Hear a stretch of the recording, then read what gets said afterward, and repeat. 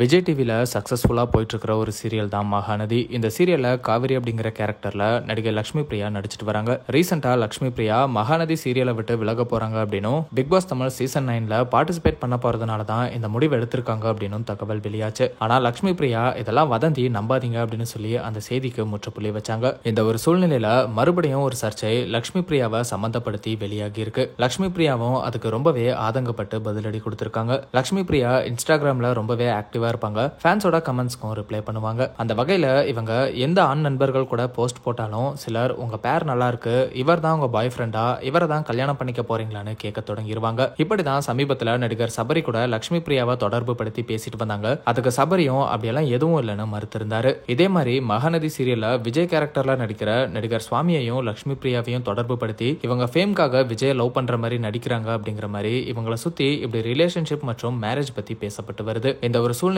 லக்ஷ்மி பிரியா இதை பத்தி என்ன சொல்லியிருக்காங்கன்னா, இந்த போஸ்ட் யாருக்கு அப்படின்னா மத்தவங்களோட பிரைவசியை மதிக்க தெரியாத அடிப்படை அறிவு கூட இல்லாதவங்களுக்கு தான். நான் ஒரு ஆக்டரா இருக்கிறதுனாலையும் சோசியல் மீடியால இருக்கிறதுனாலையும் என்னோட தனிப்பட்ட வாழ்க்கையை பத்தி பேசுறதுக்கு யாருக்குமே உரிமை இல்ல.